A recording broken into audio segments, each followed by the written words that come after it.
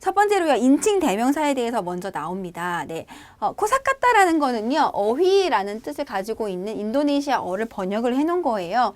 그래서 코사카타는 어휘라는 뜻이구나 기억하시면 될 것 같고요. 첫 번째로 이제 인칭 대명사에 대해서 볼 거예요. 인도네시아어에는요, 존칭어는 사실 따로 없죠. 즉 무슨 말이냐면 존댓말이 따로 존재하진 않아요. 그죠? 하지만 인칭 대명사에서는 존대어가 존재합니다. 그래서 이런 부분들 참고하시면서요. 같이 한번 봐주세요. 1인칭, 2인칭, 3인칭 이렇게 세 가지가 있고요. 단수인지 복수인지를 나누어 놨어요. 자, 1인칭부터 한번 볼게요. 사야 하면 저라는 뜻입니다. 그래서 사야 하면은 저는 나하고 뭐가 달라요? 좀 더 존칭어잖아요. 그래서 사야는 존칭어구나 라고 보시면 돼요. 반말도 있어요. 아꾸. 그쵸? 그래서 아꾸는 나. 아주 친한 사이인 경우에 친한 친구나 뭐 동생이나 아이한테 얘기를 할 때는 아꾸 쓰실 수 있겠죠? 자, 그 다음에 2인칭 보도록 할게요. 2인칭 단수는요, 안다가 있어요. 그 다음에 맞박, 이부, 까무 이런 여러 가지들이 있어요. 첫 번째 안다부터 볼게요. 안다는요, 당신을 2인칭을 높이는 말이에요. 그래서 존칭어가 되는 거고요. 안다 하면 뭐 선생님께서는 뭐 당신께서는 뭐 이렇게 존칭어가 되는 거예요. 자, 그 다음에 두 번째 바빡 볼게요. 바빡. 그 다음에 이부 요거는 인도네시아어에서 없어서는 안 돼. 인도네시아를 공부하신 분이라면 바빡이랑 이부 요 두 단어는 가지고 가셔야 할 키워드입니다. 반드시 꼭 기억하시고요. 맞박은요, 빡으로도 줄일 수 있고요. 또 이부는 부라고도 말할 수 있어요. 네, 축약형이 있습니다. 바빡은요, 씨, 누구누구 씨를 뜻하고요. 남자를 존칭하는 말이에요. 그래서 맞박김 그러면 김 선생님 이렇게 되는 거예요.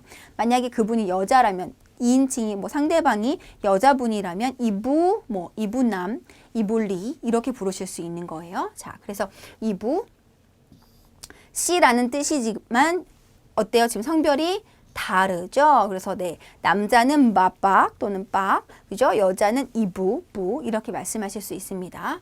자, 그 다음에 까무 볼게요. 까무. 까무는 존칭어는 아니고요. 너라는 반말이처럼 생각하시면 좋습니다. 그래서 까무까지 이렇게 네 가지가 여기는 되어 있는데요. 이 외에도 물론 굉장히 많이 있어요. 왜냐하면 인도네시아는요, 민족어가 굉장히 많죠. 700개 이상의 민족어가 있다고 말씀드렸어요. 그죠? 네, 그렇기 때문에 각각의 민족 언어에서 발달된 인칭 대명사들도 쓰이거든요. 이 여기서 나와 있는 요 단어들은요, 자카르타와 뭐 그 주변 지역에서 또는 그리고 공식적으로 바하사 인도네시아어로 명명된 인칭 대명사다라고 보시면 되겠습니다. 어쨌든 여기 있는 것들을 기본적으로 알고 계셔야 기본적인 의사소통이 가능하시니까요. 네, 여기 있는 인칭 대명사는 꼭 기억하셔야 합니다. 그 다음에 3인칭 볼게요. 3인칭의 단수요. 블리아오 하면 그 분, 그죠? 3인칭 제3자를 가리키는 거예요. 1인칭은 나, 2인칭은 너, 3인칭은 나, 너 빼고 나머지를 3인칭이라고 우리가 보통 얘기를 하죠. 자, 그 분, 존칭어죠. 네, 그래서 블리아우 하면 그 분을 뜻하는 거예요. 나보다 높은 사람에 대해서 얘기를 할 때, 뭐 사장님께서 뭐 내일 출장 가신데 뭐 동료하고 같이 얘기를 하실 때 그럴 때 이제 블리아우 쓰실 수 있겠죠. 또는 맞박 이부. 여기서 2인칭에서도 맞박 이부가 나왔어요. 3인칭에도 지금 뭐가 나왔어요? 맞박 이부 똑같이 나왔어요. 그죠? 하지만 여기서는 3인칭으로 쓰이는 거예요. 김 선생님께서 내일 가신대, 내일 뭐 인도네시아로 출장을 가신대 라고 했을 때 그 자리에 김 선생님이 없어요. 제3자를 얘기를 해요. 그때도 맞박 김이라고 쓸 수 있는 거예요. 하지만 자, 지금 2인칭과 3인칭에서 맞박과 이부가 똑같이 있지만 철자는 같지만 뭐가 달라요? 지금 다른 거 보이시나요? 첫 철자가 지금 뭘로 돼 있어요? 대문자로 돼 있죠? 여기는 근데 뭘로 돼 있어요? 소문자로 되어 있어요. 그 차이가 있습니다. 자, 2인칭에서 첫 철자를 대문자로 사용하는 이유, 안다라든지 맞박이나 이부에서 첫 철자를 대문자로 사용하는 이유가 있습니다. 왜일까요? 네, 상대방을 2인칭을 존중하는 의미로 첫 철자는 2인칭으로 쓸 때는 대문자로 사용합니다. 네, 이게 이제 예의예요. 기본적인 예의이기 때문에 이건 갖춰주셔야 됩니다. 근데 이제 제3자를 얘기를 할 때는 직접 부르는 말이 아니고 상대방을 언급하는 게 아니라 또 다른 그 자리에 없는 제3자를 얘기를 할 때는 소문자로 쓰실 수 있는 거예요. 네, 그런 차이가 있고요.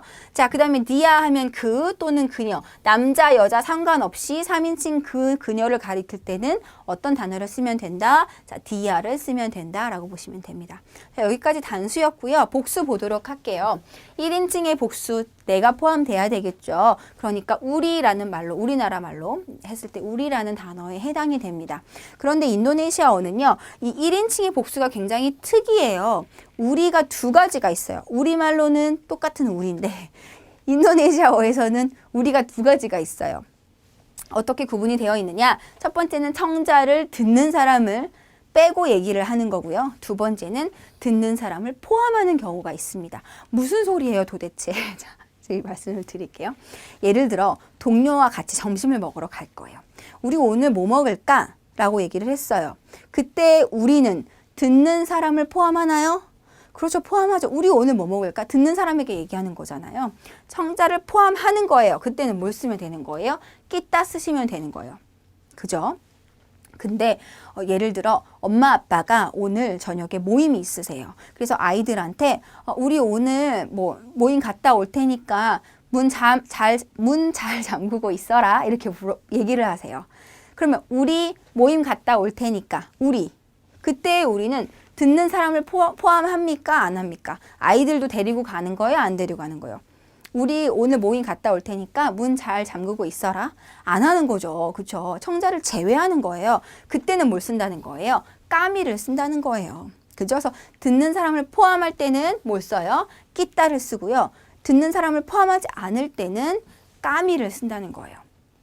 그런데 이 까미랑 끼따가 두 가지가 있잖아요. 많이들 헷갈려 하시더라고요. 선생님 너무 헷갈려요. 좀 쉽게 외울 수 있는 방법 없나요? 그래서 제가 한 가지 말씀드렸던 게 마리 끼따를 외우시라는 거였어요. 자, 마리 끼따는요. 영어로 let'랑 똑같아요. 뭐뭐 하자. 마리가 뭐뭐 해요, 뭐뭐 하자 이런 뭐 청유나 권유 이런 거 얘기를 할 때 쓰는 단어예요. 뭐뭐 해요. 그죠? 네, 그래서 마리 끼따가 let'랑 똑같아요. 뭐뭐 하자. 네. 그래서 마리 끼따 하면은 마르게리따 피자 좋아하시나요? 그거랑 약간 비슷하잖아요. 그래서 마리끼따로 외우시라고 제가 해서 마리이 끼따이 요 두 가지가 이제 같이 사용이 되기 때문에 마리끼따로 외우시면 마리끼따는 let'니까 뭐예요? 같이 하자는 얘기잖아요. 그러니까 청자를 어떻게 하는 거예요? 포함하는 거예요. 그렇게 보시면 돼요. 근데 포함하지 않을 때는 끼따가 아니라 그러면 까미구나 이렇게 보시면 되겠습니다. 자, 2인칭 복수 볼게요. 당신들, 당신은 안다였어요. 당신들, 들이 들어갔어요. 복수죠. 그러면 어떤 단어를 집어넣으면 되냐, 붙이면 되냐. 스칼리안이라는 단어를 붙이시면 돼요. 스칼리안, 여기도 스칼리안 보이시나요? 그래서 사람을 얘기할 때 복수로 나타내고 싶을 때는 스칼리안이라는 단어를 붙이거든요, 보통. 그래서 활용을 하실 수 있습니다. 안다 스칼리안, 그러면 당신들이 되는 거고요. 블리아우, 블리아우 뭐였어요? 그 분이었죠? 그러니까 블리아우 스칼리안, 그분들이 되는 거예요. 얘도 마찬가지로 반말이 있겠죠. 그냥 깔리안 하면 너희들이라는 단어가 되는 거고요. 머레까 하면은 they처럼 그들이라는 뜻이 됩니다.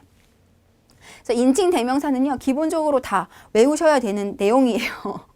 네, 갑자기 외울 걸 막 드려서 죄송한데요. 어쩔 수 없어요. 하셔야 돼요.